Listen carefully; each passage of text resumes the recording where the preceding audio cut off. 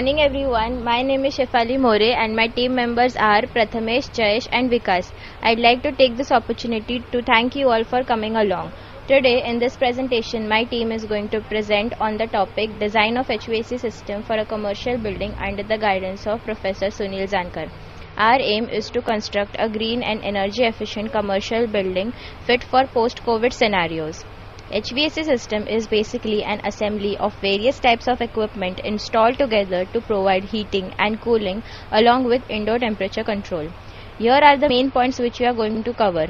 That is location, design condition, heat load, system selection, indoor air quality, safety measures for COVID-19, ventilation, firefighting system, automation, cost analysis, and last but not the least, innovative ideas.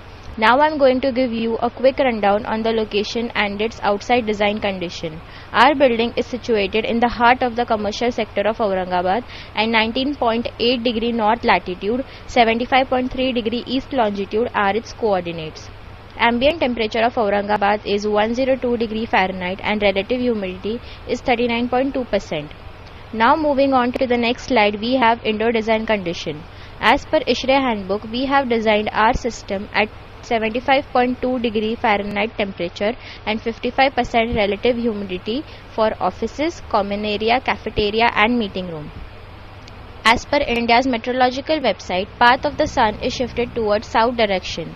Because of this, our building orientation will get a lot of diffuse light on the north side, which will help to increase window wall ratio on the north direction. To get minimum heat load and maximum sunlight, we have considered different window wall ratio for different direction as mentioned on the slide. For artificial lighting, we can use LED light which will be more durable and energy efficient.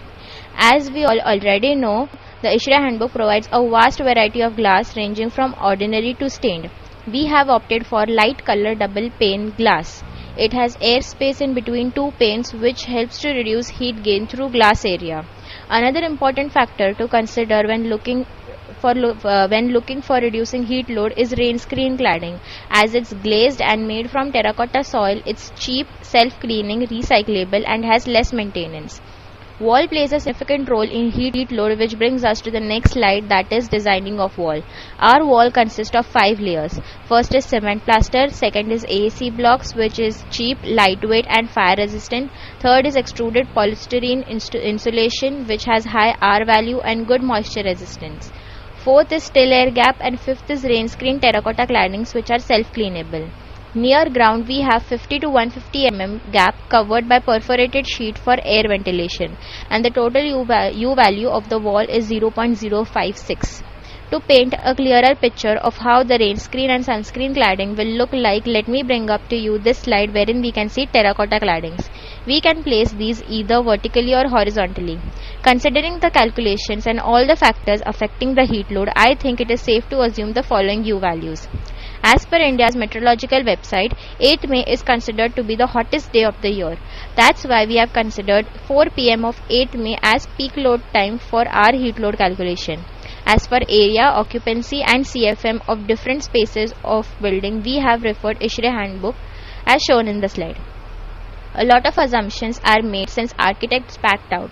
For calculating heat load, it is safe to assume 3 possibilities. One is complete bank, second is complete office as a building, and third is different purpose offices as shown in the slide.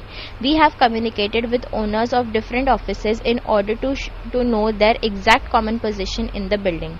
For heat load calculation, we can use different softwares like Revit, eQuest, HAP, etc. But we have used the E20 sheet for calculation. These are the flow-wise heat load calculation.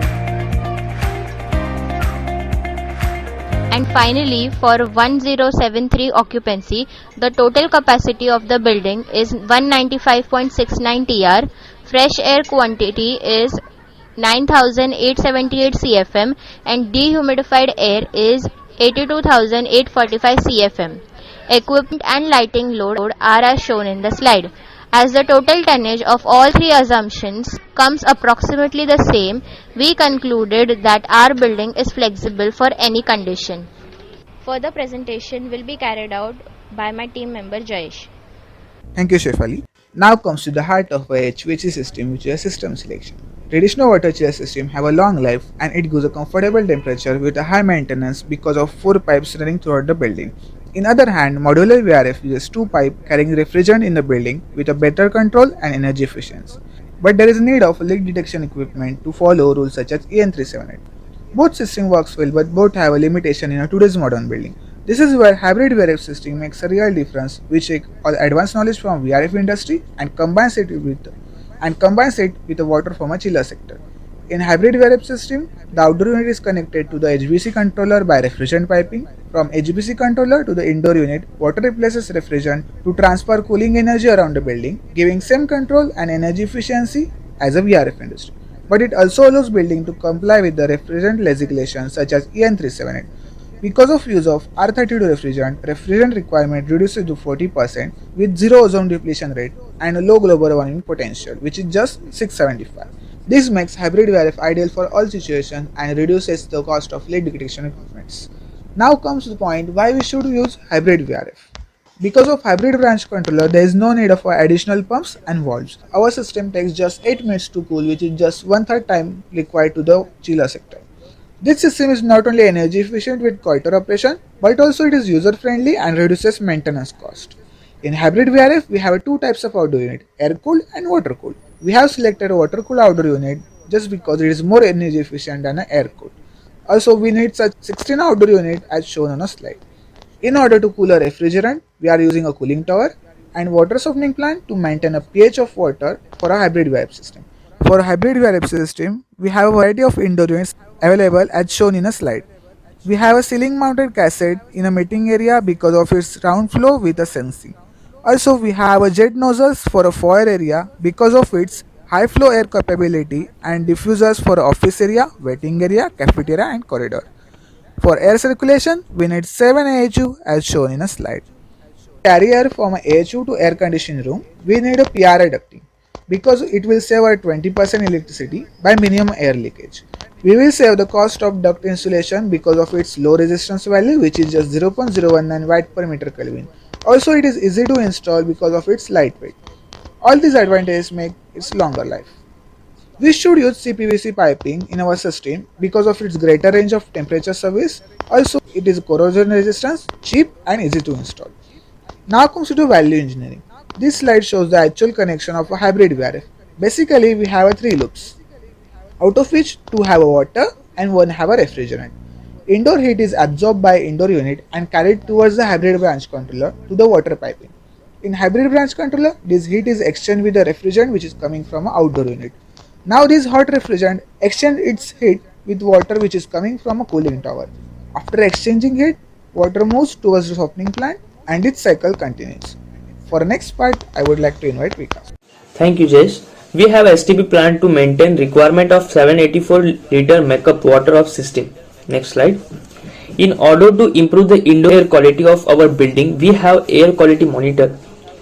We will suggest you to plant indoor plants to increase the O2 level on the third and fifth floor. There is access space and we can cover it by small garden which will increase the productivity of the occupier. The green roof also reduces the heat gain through roof. Next slide. COVID-19 pandemic has brought many challenges. For the same, we have introduced certain changes in our system, which are waterless urines and sensor-based taps to avoid communicable diseases and save water. Air purifier gel, which replaces costly system like UV light and ozone system in ducts. It purifies not only air but also disinfect open surfaces. HEPA filters, sanitization room outside main entrance door, automatic doors at the main entrance, and UV case to kill viruses on small things which we carry. Next slide. An air curtain acts as a barrier against dust pollution and bad odor which creates hygienic and healthy atmosphere. It also saves energy by creating wall between outside and inside. Next part will be explained by our team member Prathamesh. Thank you, Vikas. Fan selection. When we think of fan selection for ventilations, there are two types of fans, namely axial fans and centrifugal fans. As we know, centrifugal fans have high pressure and low flow rate capabilities, making it suitable for ducted system. So we have backward curve centrifugal fans. The efficiency of these fans can be increased if we use electronically commuted motor, that is EC motor, instead of AC motor. In EC motors, commutations are achieved electronically with help of onboard electronics within its housing. Using EC motor, we can save over electric energy and space required for installation. Considering these points, we have EC fans for kitchen and toilet ventilations. Next slide. For exhaust air from kitchen and toilets, we have common ducting as shown in PPT. Next slide. For kitchen ventilation, the hood length is 12 feet and exhaust rate of hood is 350 cfm per feet. These are exhaust and supply air quantities for kitchen and toilet ventilations. Next slide. The basement design. The basement of our building is mainly used for car parking. So for its ventilation, we have jet fan system. Here, jet fans distributes air and induces its movement towards exhaust fan. The speed of fan is regulated on the basis of signals received from CO2 sensors. During fire events, the control panel of fire safety system generates signals and fans operate at maximum speed, thereby increasing visibility and assistance to fire brigade. As we have two basements, the fresh air for upper basement is through its entrance and small openings, while for lower basements there are supply fans to maintain fresh air. Also, there is free source of lighting through sole tube. Next slide. These are exhaust and supply air CFM values for basement ventilation during normal condition and fire condition. Next slide. Fire safety system. To deal with fire events in building, we have addressable alarm system which includes smoke detectors, sounders, flashlight, serving the purpose of alerting occupants about fire and generating required signals. Along with this, there are sprinkler system, hydrant system and fire extinguishers at required places. Next slide. Also, there are kitchen hood protection system and electric panel protection system to avoid fire accidents at kitchen and near electric panels respectively. For human evacuation, we have lift well pressurization and corridor pressurization. Next slide. These are quantity of air required to maintain pressure at corridor and lift shaft and its corresponding installed fan capacity. Also, as staircases are at periphery of the building, so lowers in staircase areas serves the purpose of smoke evacuation and thereby increasing ease during escape. Further part will be explained by Jayesh. Next, we have our automation system, for which we have a building management system, which will control video surveillance, water monitoring, energy monitoring, access controls, firefighting system, and HVAC system. This will save our electric energy up to 40%. Now, one question will come into your mind that this system is awesome, but is it really worth?